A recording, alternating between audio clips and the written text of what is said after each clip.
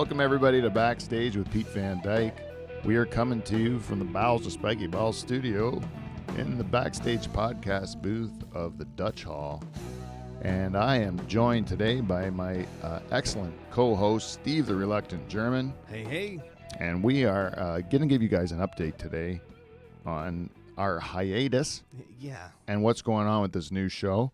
And I got to tell you, to be quite frank, just to make this thing quite frank, you know what I'm saying? Sure. I want if I could be anyone right now, it would be Frank. Which Frank was Frank? Who's the original Frank? Who's the original Frank? He was a freaking blunt motherfucker. Apparently. I'll tell you that. Oh. He had no couth, the original Frank, you know? 0 on the couth scale.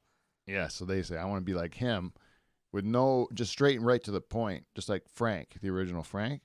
And then I want to tell you right now, it's not going well. It's not going well at all. This whole hiatus thing, we're supposed to be creating genius. Yeah. That was their goal. Just no big deal. We got a month or so. Let's create some genius. Guess what happened? It just went to shit, Steve. It went to shit. I'll tell you what happened. You know, when I have high hopes for a hiatus, you hope that things are going to go differently. Everyone's going to be creatively inspired. You're going to end up, we're going to be able to breathe new life into the show, do all that stuff. Creative utopia. Let's break down the cast of Live from the Dutch Hall if we could, Steve. Sure. Where should we start? Let's start with my brother Paul. Okay. Okay? When was the last time we saw Paul? Last Supper? Yeah. Right? The Last Supper. When we said there's a hiatus, we got Paul, like here's a guy, our announcer, bartender, bus driver. This guy's wore many hats. Sure. For 6 years, he figured this guy's going to do what he can to remain a part of this program, whatever it becomes. Yeah. But Where is he? where is he? The month of January is come and gone. Yeah. Paul has not shown up once. This is the sort of stuff we would fire charters for in the past. That's right. That's like 6 weeks. December 19th was the Last Supper episode. Oh, he'd be fired twice. Yeah. Oh, Crazy. disappointing to say the least. Last time I spoke with him, he said to me, can you believe what he said? He goes, is it still okay if I come on Thursdays? Yeah. What do you mean? Is it still okay if you come? What? You're only going to be available to come if it's a live broadcast onto YouTube. You can't come for recorded shit, Paul. Yeah. You can't help create genius. No. He's a member of the crew. He needs to be around, man. Yep. Thin ice. I'm to tell you.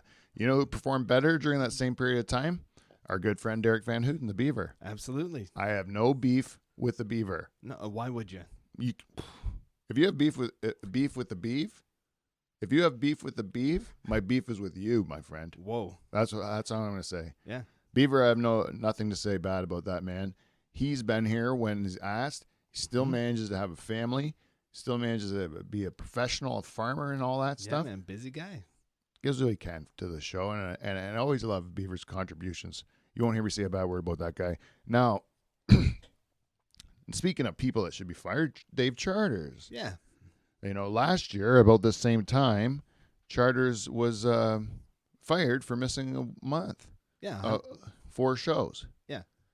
And this January, if this was not a hiatus, if this was a real fucking show, which if you look at our Podbean, or like if you look at our podcast episodes, they still exist. Ever since we stopped making them, we still make them. Yeah, that's right. So we haven't slowed down that much. Not really, no. And then so I don't understand. So Charters, he should be fired again, right? Or something needs to happen, Yeah. And then Michael used to be my favorite, I bet. He used to be before Wes came along. Of course, just outshone him in every way. Right? That's right. Isn't Wes fantastic? Let's just hear it for Wes. Woo! Whiskey Wes. Whiskey Wes. He's the glue that holds the show together. 100%. He's got that bass right in the pocket. Anyways, we'll get to Wes later. Mm-hmm. But right now we're talking about Michael, my cousin Michael, my dear beloved cousin Michael. I don't know how to say this, but your child Michael that you had, it's ruined you. It's ruined you. We all saw it coming. Yeah.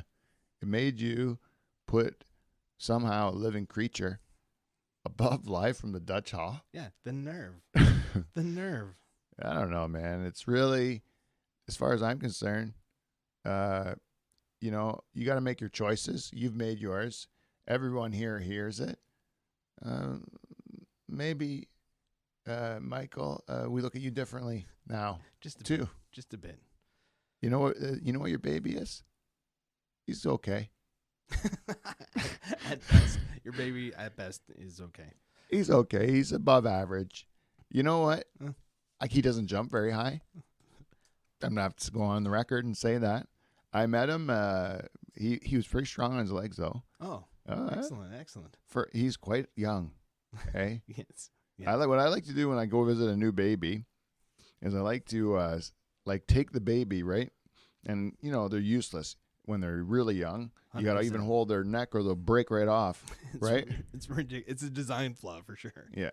Like if you get a brand new baby, you just want to play with it like a doll and pretend it's walking like that. Of course. But you're not holding its neck. The baby's head's so big in comparison, it'll just snap his neck, right? Yeah. So I wouldn't do that if I was you, Steve. No, good. Thanks. That is a hot tip. Hot tip. You have 4 kids. Mm-hmm. And how many did you have all together before you ended with 4? Yeah, exactly. Exactly. I'm pretty proud of my record. I have 4 kids, 0 broken necks. Wow. You did it with on the first one. You figured that out to hold the neck. Yeah, number 5. Well, anyways, this one I visited Mike's child. Yep. He was old enough that you didn't have to worry so much about the neck. Hey, strong boy at this point in time, bulked right up. Sure. Good girthy month or so.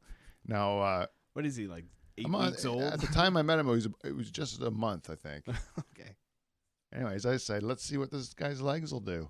Let's see if he can go for a walk. Like, what is it? Just not in his mind. Maybe it's never occurred to him that he's got the abilities, right? Right. People say you got to wait till they're, 18 months or something like that before they can walk, maybe like a year. Forget it. In my opinion, 1 month, that's enough time. Let's just test those legs out. I'm not saying you're going to master it, but you got to start getting ready for the big walking show. So I put him on his legs, and I'll tell you, that guy, he's got strong legs. And that kid's going to be looking forward to jumping in the next couple of months. If he's not doing it already, that guy's going to be jumping. Yeah. I'll tell you. But at this point in time, not very large vertical. Yeah. He's still just okay, right? And his language skills, poor. Very poor. Very poor. Michael, I hate telling you this because he seems to be a wonderful child, but the truth hurts, my friend. The truth hurts. His math skills, deplorable. Deplorable. Right? Yeah. His baby, I said, when I get there, I like to test it out. Say, is this a smart baby or not? You know? You know. So I meet Mike's baby. I just go, 8 times 6, and the kid just stares at me like he didn't even understand what I was saying. I'm telling you. Man. That's terrible to trash a baby like that, but seriously, Michael, get some flashcards together. At the very least. Anyhow, I don't know why we're trashing Michael. I'm saying, Michael, you had a new baby and your attendance has been poor. Yes. That's what I'm trying to say. You had a new baby, attendance is poor. I don't know why I'm trying to trash your son. He's a good man, right? That's right. But the things I said were true, and they can improve. He can improve on all those things. His vertical leap, just keep him on his feet. Yeah. Get him to do some squats. Baby squats. Baby squats. Get an exerciser. So we got Michael. Yep. Disappointing. Mm-hmm. Charters. AWOL. Yep. What?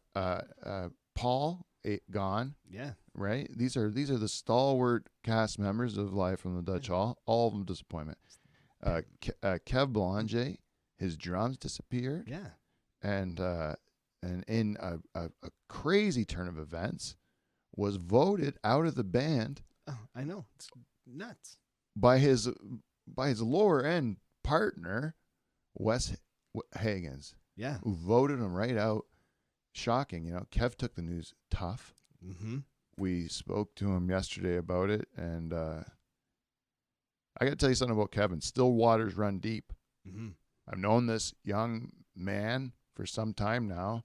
I've seen him kind of put his heart and soul into our program. And you know what, Wes, what you did there was you made a logical point.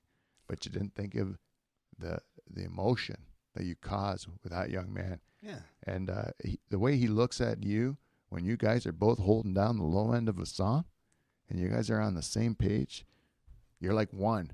It's magical. And when a person that's somehow like a Siamese twin of yours joined at the whatever, what would they be joined by? Probably The bottom end. Oh, the bums. They're joined by the assholes. They shit into each other. That's gross. Anyways, You are gross. you're like one of those German masterminds, like in the what was that guy's name? Doctor, the one that cut the twin doctor. Whoa. Do you remember the Nazi doctors?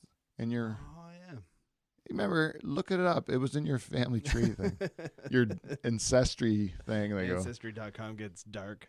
yeah. Did you know you were related to what's the number? You know any of the Nazis? High other than Hitler, everyone knows Hitler, right? Right. I don't know anybody else in the organization.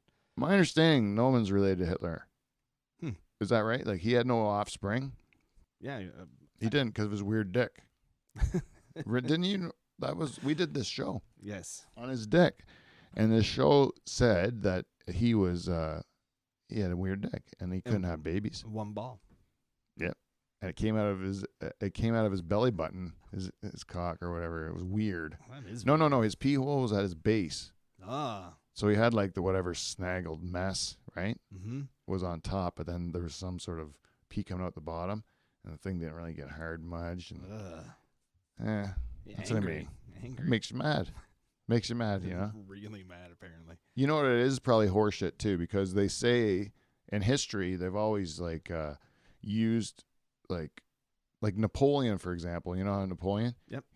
You'd have to say historically the guy was pretty badass. Like he Sure. won a lot of battles. Legend. And they keep making him out to be this little tiny guy.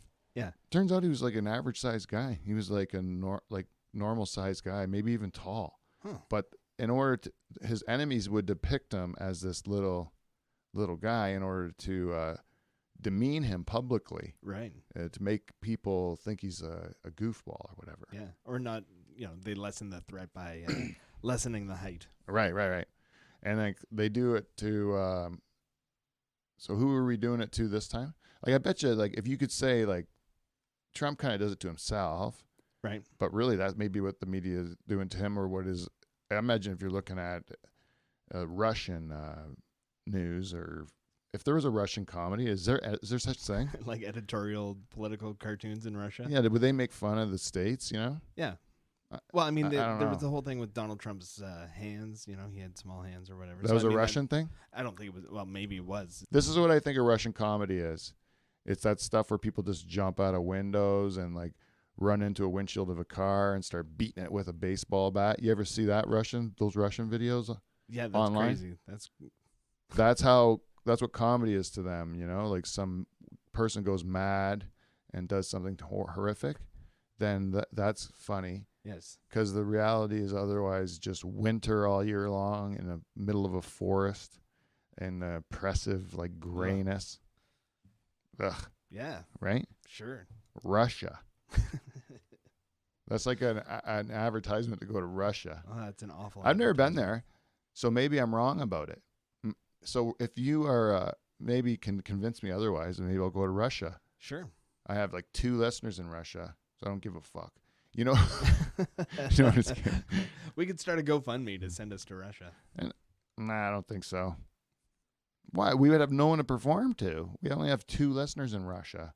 You want to go to one of our hot markets, Well, like yeah. France. We got the market's cornered in France. Honduras, we were the #1 show on the stand-up charts in Honduras.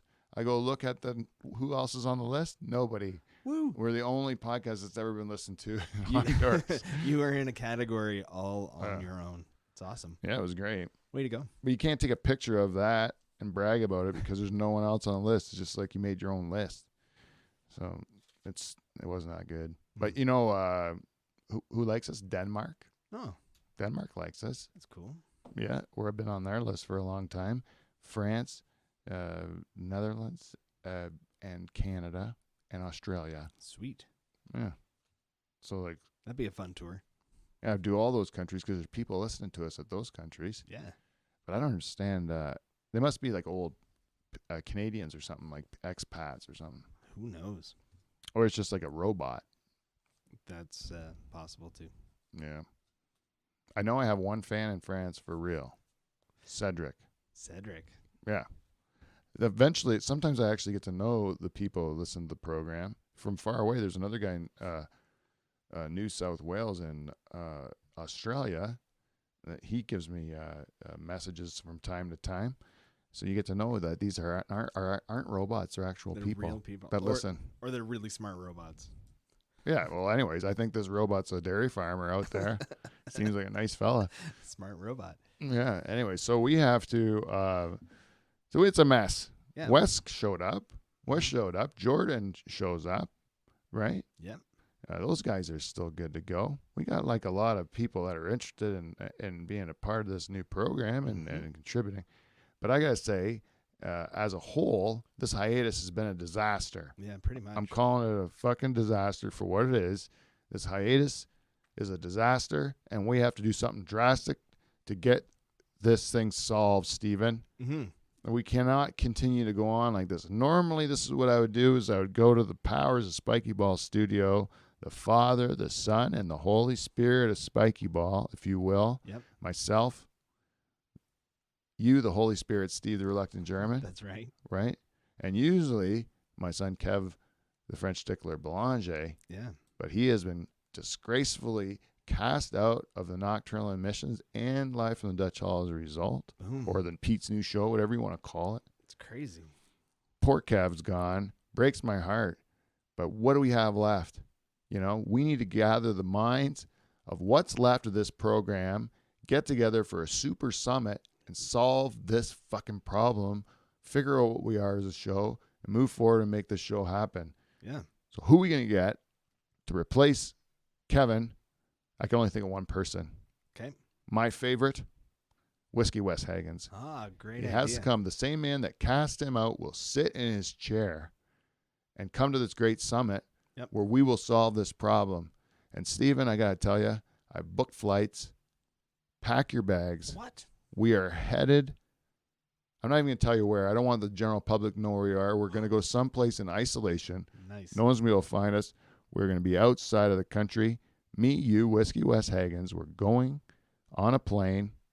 Don't worry about it. Just pack your bags. It's going to be somewhere tropical. We're going to go somewhere warm, so pack light. Good. I was worried it was Russia for a second. We're not going to Russia. We're going to go somewhere real tropical. We're going to be comfortable. Yep. We're going to be focused. Oh. We're going to be well fed. We're going to be well nourished. And what we're going to do is we're going to put our three heads together over the next week, and we're going to figure out what the fuck we're doing to get the show solved, you know? Let's do it. Let's do it. Okay.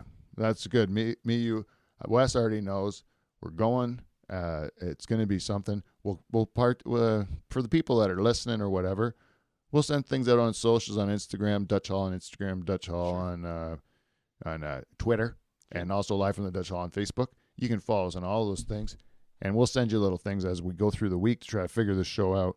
I got to tell you, things aren't looking good. And I got to say, when we get back, because we're going to be gone for a week, we're going to be playing that interview we did a few weeks back with Manny Fajo. Yeah. It's a great interview, and it's really nice to sit down with an honest-to-God, honest person, you know, that's just going to be an open book like Manny.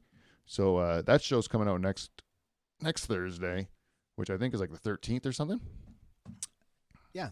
Yeah. Day before Valentine's Day. Yeah. And then we will be back, and then we will have, I think when we gather the troops together the next time, we're going to have a farewell party for the former Nocturnal Emissions member, Kev, the French tickler Belanger. Oh, a nice send-off for the guy. And, yeah, it breaks my heart. Oh. It breaks my heart. But you know what? It was an honest vote. It went down. I respect it. I respect the democratic process that we went through. And we're going to have to get the group together. Next time we can make it work out for everybody. We're going to get people together, and we're going to solve this problem. And hopefully once the meeting of the minds happen in this undisclosed tropical location. Summit in the sand. Yes, that's a good one. Summit in the sand. How about this? Yeah.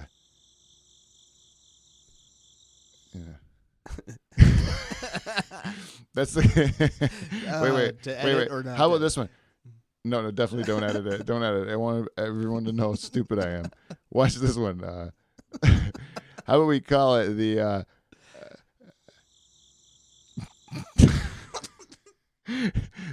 the meeting in the other place?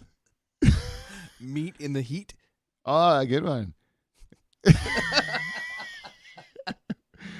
See, that's more funny to me.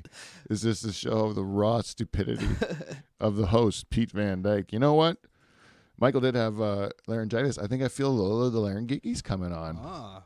Do you think that? Did you don't do what this guy did? If we're gonna be in a plane, there was a story that came out yesterday about a guy who arrived in a tropical destination and announced on the plane that he had the coronavirus, and they immediately refueled the plane and flew him back to Toronto. Just him or the whole plane? The whole plane. Even though he was like, "I'm just joking." No, epic fail. That was his idea of a joke because it was something out of the news. Yeah. Some people do that. Do you notice that where people just say news things and then that's supposed to be the punchline? Yeah. It's like, don't you have to worry about the content and stuff?